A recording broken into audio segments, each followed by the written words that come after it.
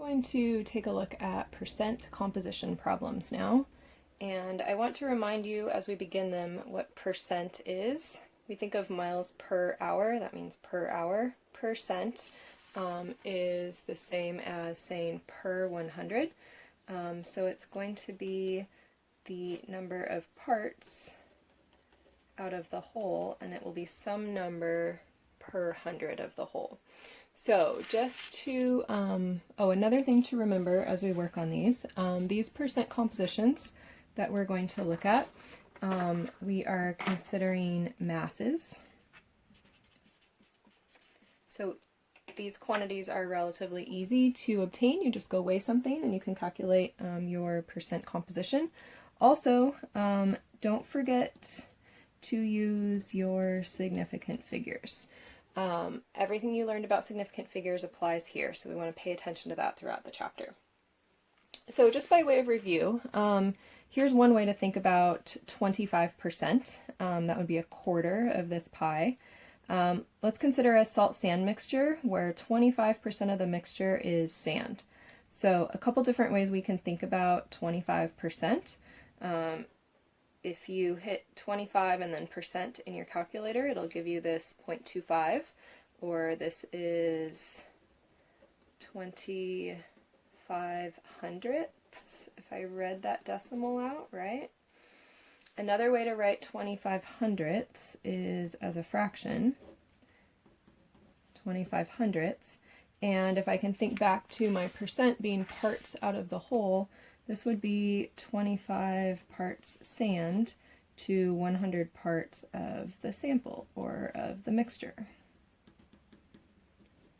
And we could use different mass units on this.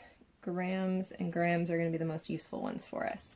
And if you look at this, you might notice this kind of looks like a conversion, a way I can convert between sand and the mixture or the mixture and sand. So let's take a look at how I might use those masses in a few different problems.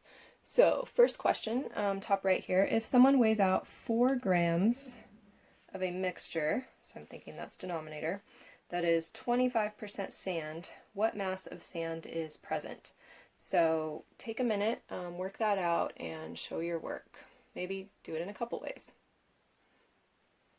So you might just think, okay, well I know how to do that. It's 0.25 times 4.0, and that, even if you're good with your sig figs, gives you 1.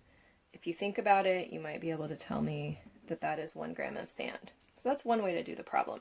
However, this is not as structured or transparent in terms of your units as I'd like. So instead, here's another way that I might be able to do it. As soon as I see a percentage, I'm always writing that out as a conversion, because conversions can be a really nice way to show what your thought process was. So if that's a conversion and that's the first thing I write out, then I could take my 4 grams of my mixture and units follow to the denominator. I'm trying to find out how much sand is present. That was my what question. And so then I can take my conversion here and say 25 grams of sand, 100 grams of mixture. If you go ahead and calculate that and pay attention to your 2 significant figures in the 25, I get 1.0 gram of sand. So this shows the units and shows why that 0.25 worked. So there's another problem like that underneath here where you can practice. Also, let's look over here at another type of problem. So a 5 gram sample, I'm thinking sample is the whole or the bottom denominator, contains 2 grams of iron. What percent of the sample is iron? So now I'm finding the percent. So I want to make sure that I take the part over the whole. So that will be 2.0 grams of iron, Fe is the symbol for iron, over a 5 gram sample. And then I always have to multiply by 100 when I'm finding these percents. I have 3 sig figs in both of those numbers, so when I find my percent, I want to make sure that it's 40.0% iron. So over here I was using the percent as a conversion, and here I was actually finding the percent. And I'll leave you some practice here.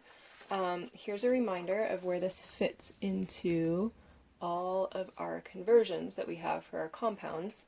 We just looked at mass percent, grams of part over grams of whole, and we did something like this, grams of iron in the sample.